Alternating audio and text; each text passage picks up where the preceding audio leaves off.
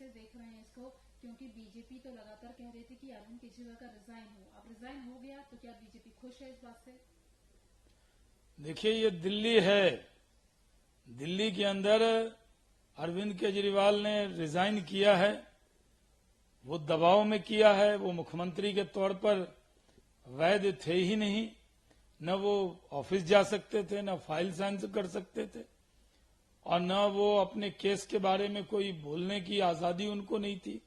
तो उनके पास कोई चारा नहीं था, बेचारा बनकर उन्होंने रिजाइन किया है। और उन्होंने अपनी स्टैंप पेपर के तौर पर स्टैंप सीएम आतिशी मरलीना को बनाया है। वो कुछ भी कर लें, कुछ होने वाला नहीं है। दिल्ली के लोग न मार्क्स को मानते हैं, न लेनिन को मानते हैं, तो आतिशी मरलीना को क्या मानेंगे? ये पहले ही एक्सपोज हो चुकी हैं मिनिस्टर के तौर पर, एक फेलियोर मिनिस्टर के तौर पर उनकी पहचान है। और खुद कह रही हैं कि मुझे बधाई मत दो, फूल माला मत दो, मुख्यमंत्री मैं नहीं हूं, केजरीवाल जी की के निर्देश पे चलूंगी। तो कोई जो शपथ लेता है वो संविधान के निर्देश पे चलता है या किसी व्यक्ति के निर्देश पे चलता है? ये खुलेआम ऐलान कर रही हैं। ये पूरी तरह दुर्भाग्यपूर्ण है।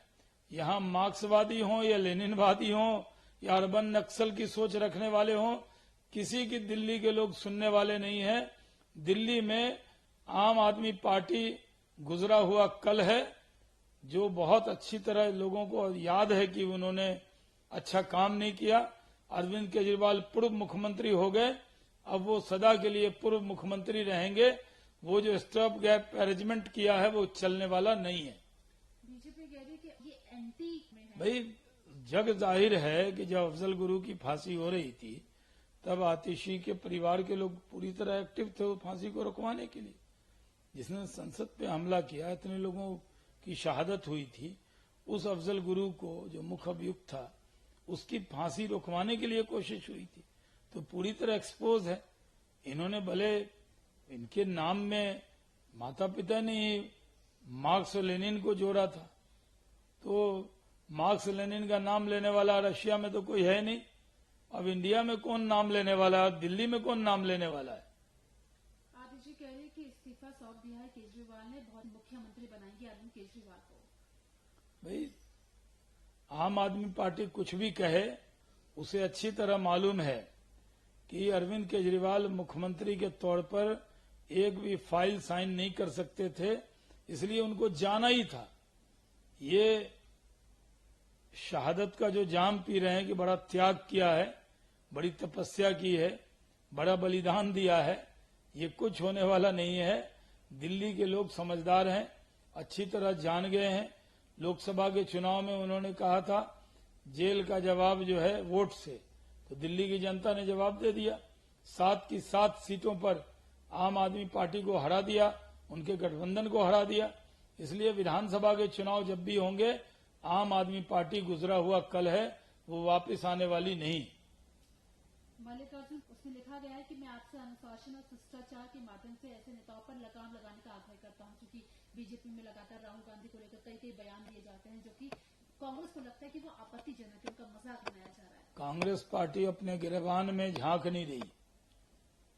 आज प्रधानमंत्री नरेंद्र मोदी जी का जन्मदिन है, कितनी गालियां दी गई उनको। गाली की हम लोग गिनती करते थे, इतनी गाली दी। आज कांग्रेस पार्टी को राहुल गांधी जी पे कोई कुछ अगर बोल देता है तो उस पर बड़ी चर्चा हो रही है, बड़ा दुख हो रहा है। और तब खड़गे साहब को ध्यान नहीं हुआ कि मौत के सौदागर से लेकर क्या क्या नहीं प्रधानमंत्री नरेंद्र मोदी जी को कहा गया। उनके लिए ऐसे ऐसे शब्द कहा गया जिसको दोहराया नहीं जा सकता। और आज वो चिट्ठी लिख रहे हैं, काश राजनीतिक शिष्टाचार कांग्रेस ने बरकरार रखा होता। हरियाणा में जनसभा को संबोधित करते हुए अमित शाह कह रहे हैं कि राहुल गांधी कश्मीर गए, उमर अब्दुल्ला के साथ एजेंडे पर पहुंचे, वे चुनाव के बाद सभी जेल में आतंकवादी को रिहा करवाना चाहते हैं, पाकिस्तान से बात कभी प्रतिबंधित संगठन या आतंकी उन सब के उपस्थित प्रतिबंधन को हटाना चाहते हैं। देखिए, कांग्रेस का एनसी का एक ही एजेंडा है कि किसी तरह उनको सत्ता मिल जाए और जितने जेल में बंद लोग हैं वो छोड़ा दें, जो देश के खिलाफ साजिश कर रहे हैं उनको छूट दे दें, वो पाकिस्तान से बातचीत की शुरुआत करवा दें, धारा 370 को वापस लौटवा दें। इसीलिए वो चुनाव लड़ रहे हैं।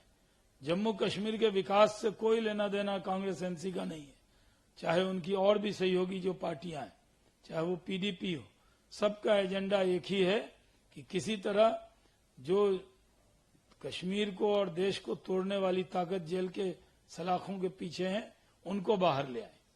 आखिरी सवाल है, बुलडोजर जो देश में सुप्रीम कोर्ट ने अपने आदेश में कहा है कि बुलडोजर ना चलाया जाए जब तक कि वो अवैध ना हो, कोई सड़क, फुटपाथ या कोई जगह। 1 अक्टूबर इसकी नेक्स्ट हियरिंग होने वाली है। अब मामला अभी सुप्रीम कोर्ट में है, उसका निर्णय होगा। बुलडोजर को लेकर चर्चा हो रही है, लेकिन बुलडोजर नियम के हिसाब से ही चला है। और जहां पे अवैध होता है, कोई घर अगर अवैध बना है तभी बुलडोजर चलता है, लेकिन ये पूरा मामला सुप्रीम कोर्ट में है। सुप्रीम कोर्ट का जो फैसला आएगा वो सबको स्वीकार होगा।